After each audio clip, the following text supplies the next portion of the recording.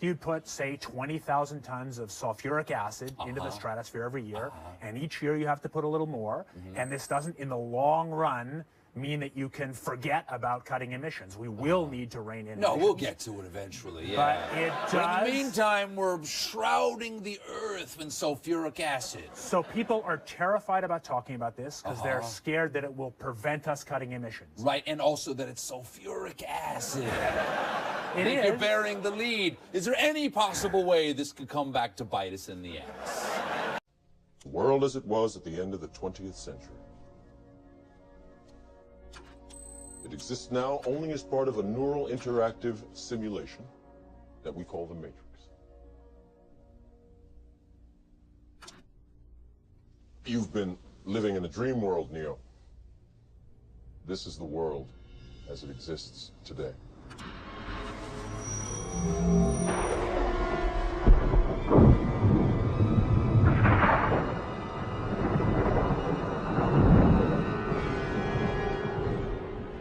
Welcome to the desert of the real. We have only bits and pieces of information. We don't know who struck first, us or them. But we know that it was us that scorched the sky.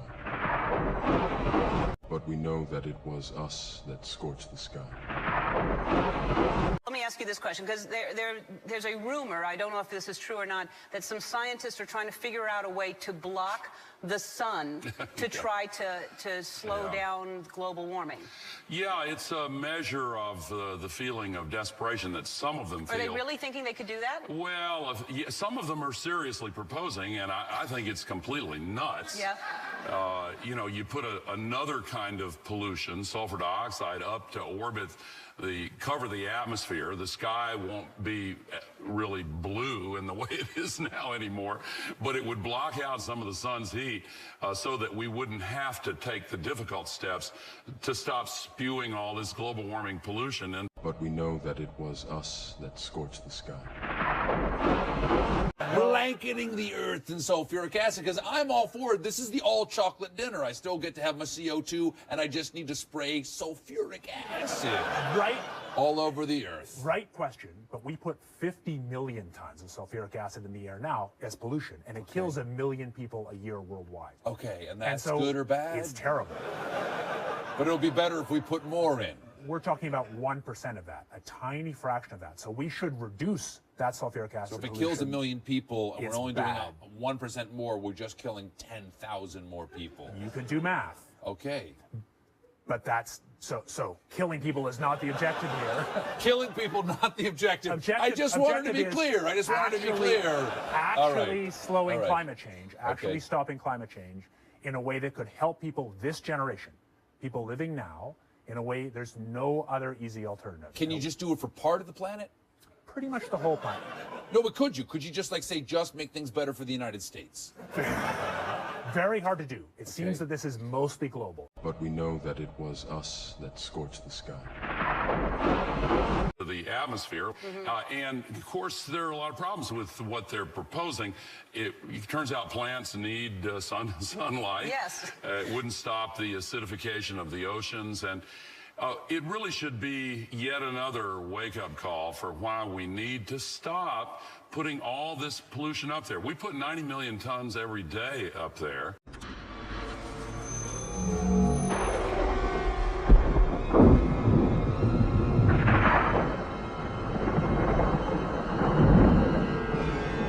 And that's what's drying out the soil, 60% of the country in drought last year. That's what's contributing to the worsening of these fires in the West. West Nile virus, worst outbreak ever last year, Superstorm Sandy. But we need to start speaking up and letting the elected officials know that the future matters to us. Our kids and grandkids matter to us. But the big fear is that one country will want it one way and one the other, like two frat boys arguing over the thermostat. And in many ways, the biggest fear here, well, we have no idea how to actually agree about how to control the planet's thermostat. So let's say the United States and China say, yeah, let's do it. But Russia and India say, yeah, not do it. This is the kind of stuff I wake up sweating about. Exactly. Well, it's your goddamn idea. But we know that it was us that scorched the sky. Drive. Welcome to the floor, everybody. My guest tonight is a Harvard scientist with a new book called A Case for Climate Engineering. That's how you end up with a Sharknado. Please welcome David Keith.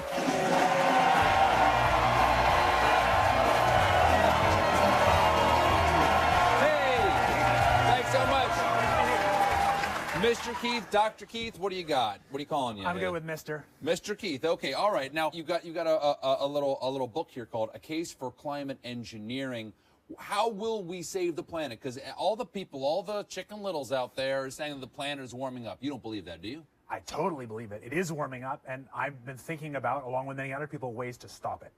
And we need to start cutting down on this pollution. Well, I think it does matter, but I think a lot of people just aren't educated enough, and it's because a lot of the information is kept from us, because a lot of people in power don't want us to know how bad it's getting and what we can do to change things. And I think there are things we can do to change. Like, give us some examples of what we could do to kind of reverse this. Well, we need to make choices in our own lives to try to use renewable energy where possible. A lot of utilities allow you to sign up for it. But most important of all, in our role as citizens, we need to speak up, use the internet, connect with others, and let the political system know that we care about this.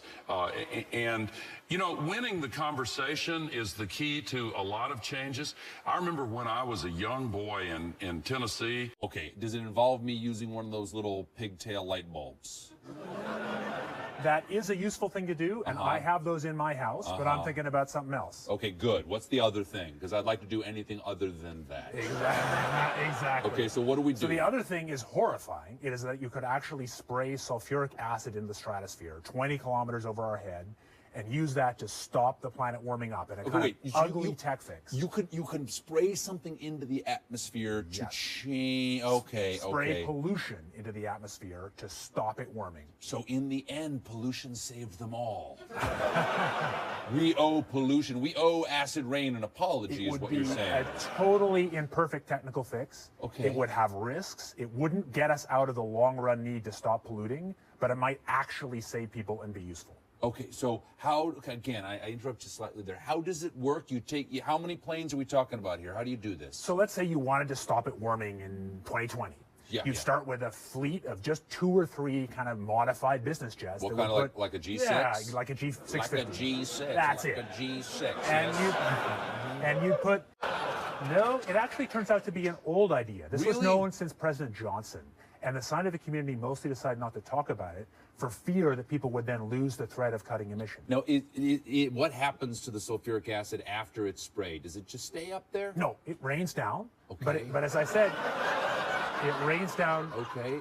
It's a tiny addition to what we're already doing. Have you gotten some grief for suggesting this? Sure. I mean, this is like writing a book that's the case for leprosy. But do you have one of those? Is that next? Yeah, it's a great weight loss plan. But also, many people are happy that people are finally talking about this, because while it is ugly, it does appear that it really could do some good. Could an individual start this? In practice, only a country, a big country. What about a man in like a hollowed out volcano with henchmen who occasionally shakes his fist at the sky and says, "They said I was a fool at Harvard. Who's the fool now?" It's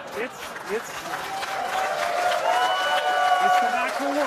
Want to shake your fist? I won't. Want to shake your fist and say the fools? It's the natural worry, but I think in the end, no. This would be done by major countries, but the problem is how countries agree about where to set the thermostat. Who decides? And my biggest reason for writing the book and for talking about it is my view that we won't make good decisions in ignorance. So we have to have the discussion now, so that when it becomes our last hope, people can say, "Hey, we talked about this. Remember, we said we get to do it." The worst way to make decisions about this would be if we all agree that we won't talk about it in polite society, we suppress it, which is basically what had been happening, and then in 2030, suddenly in a crisis, we make fast decisions. Maybe it's happening already. You ever look at those planes up there? They have contrails behind them. Maybe all those planes with the contrails, maybe they're actually spraying chemicals into the atmosphere right now, and Uncle Sam isn't telling us. Seems extremely unlikely. That the United States is not telling something to its citizens, that seems extremely likely to me. Read the newspaper.